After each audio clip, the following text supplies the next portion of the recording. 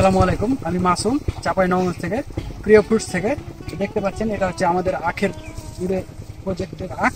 এখানে থেকে আমরা অমৃত জাতের খুব সুস্বাদু একটি আখ, এই হচ্ছে অমৃত জাতের আখের একটা প্রজেক্ট।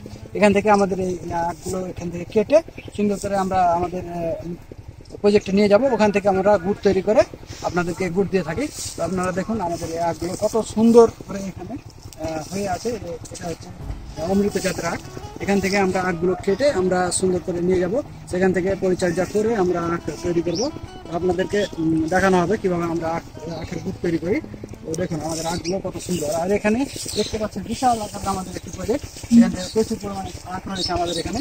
এখান থেকে এই আখগুলো কেটে আমরা সুন্দর করে এখান থেকে নিয়ে যাব। নিয়ে যাওয়ার পরে আমরা পরিচর্যা করে আমরা আখ তৈরি করবো। আপনারা যারা খাঁটি মানের একবার আখের গুড় নিতে চান তারা আমাদের সাথে যোগাযোগ করুন। আমরা এখান থেকে খুব সুন্দরভাবে আমরা তৈরি করে আপনাদের কাছে পৌঁছে দেবো। তো আমরা আমাদের আখের গুড়গুলো একবারে ফ্রেশ, একবার খাঁটিভাবে তৈরি করছি।